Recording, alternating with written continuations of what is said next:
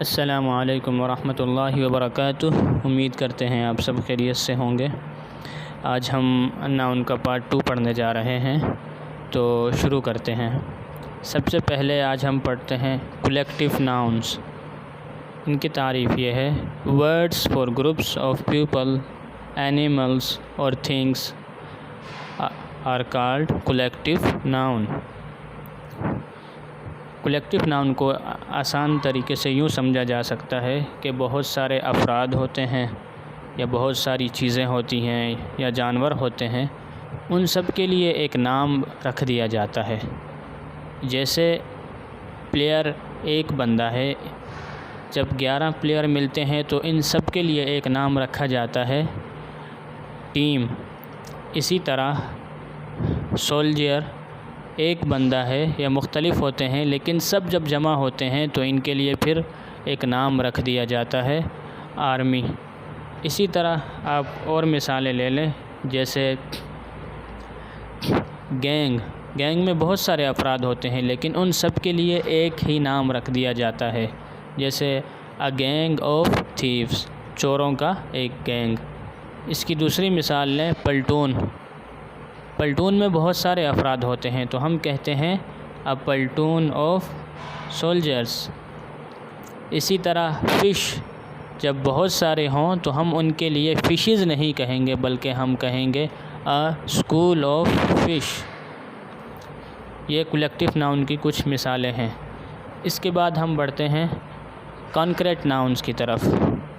اس کی تعریف یہ ہے: It refers to the things we see and have physical existence۔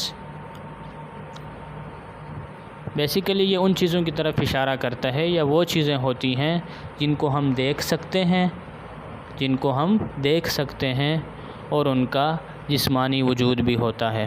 مثال کے طور پر جیسے چیئر، بیٹ، بال، واٹر۔ یہ چیزیں جو ہیں بیٹ، بال، واٹر، ان کو ہم دیکھ بھی سکتے ہیں اپنی آنکھوں سے، اور ان کا جسمانی وجود بھی ہے، ہمیں نظر بھی آتا ہے۔ اس کے برعکس آ جاتے ہیں ایبسٹریکٹ ناؤنس۔ اس کی تعریف یوں سمجھیں: An abstract noun is a word for something that cannot be seen but is there۔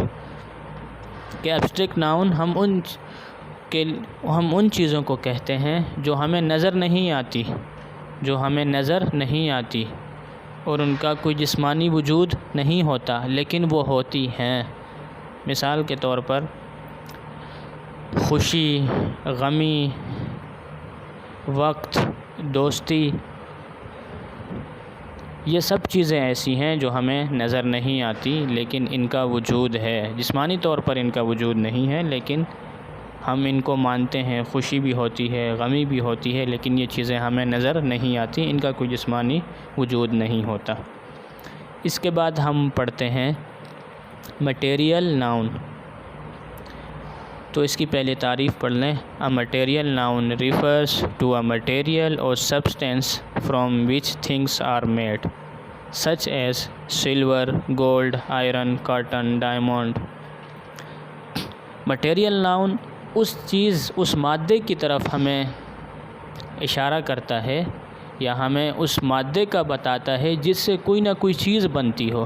مثال کے طور پر جیسے ہم نے کہا، یہاں مثالیں دی ہیں کاٹن، ڈائمنڈ، یہ سب مٹیریل ناؤن ہیں۔ کیونکہ ان سے ہمیں یہ پتہ چلتا ہے کہ گولڈ سے چیزیں بنتی ہیں، جیسے بالیاں اور چیزیں بنتی ہیں، ڈائمنڈ، ہیرا۔ ان کو ہم مٹیریل ناؤن اس لیے کہتے ہیں کہ اس مادے سے آگے بہت ساری چیزیں بنتی ہیں۔ تو امید ہے آپ سب سمجھ گئے ہوں گے۔ اس کے بعد ہم بڑھتے ہیں میسکولن ناؤنس اور feminine nouns. Masculine nouns are words for men, boys and male animals.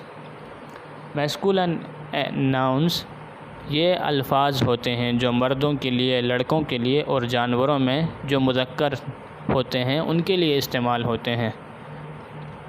ان کی مثالیں اور فیمینن کی ہم آگے انشاءاللہ ایک ساتھ دیں گے۔ اس کے بعد ہے فیمینن ناؤنس۔ اس کے برعکس are words for women, girls and female animals. وہ الفاظ جو کسی عورت کے لیے ہوں، لڑکیوں کے لیے ہوں، یا جانوروں میں جو مادہ ہوتے ہیں ان کے لیے الفاظ ہوں۔ اب ان دونوں کی مثالوں کے لیے ہم لکھیں گے M, masculine nouns, feminine nouns کے لیے ہم ایف لکھیں گے۔ تو اب مثالیں دیکھیں۔ فادر میسکولن ناؤن میں اس کے برعکس مادر، brother sister, waiter waitress, lion lioness, rooster مرغ، ہین مرغی۔ اس کے بعد یہ سمجھیں کہ بہت سارے اسماء ایسے ہوتے ہیں جو میلز اینڈ فیمیلز دونوں کے لیے استعمال ہوتے ہیں، ان کو ہم کامن جینڈر ناؤن کہتے ہیں۔ جیسے doctor, he is a doctor, she is a doctor. Teacher, he is a teacher, she is a teacher. اسی طرح پیرنٹس، یہ دونوں کے لیے استعمال ہوتے ہیں، والدین کے لیے، والد کے لیے، والدہ کے لیے۔ اگلے سبق میں ہم انشاءاللہ سنگولر پلورل پڑھیں گے، اور پلورل یعنی جمع بنانے کے قواعد کون کون سے ہیں اور کس طرح جمع بناتے ہیں، یہ سب انشاءاللہ ہم تفصیل کے ساتھ پڑھیں گے۔ جڑے رہیے۔ جزاکم اللہ خیرا۔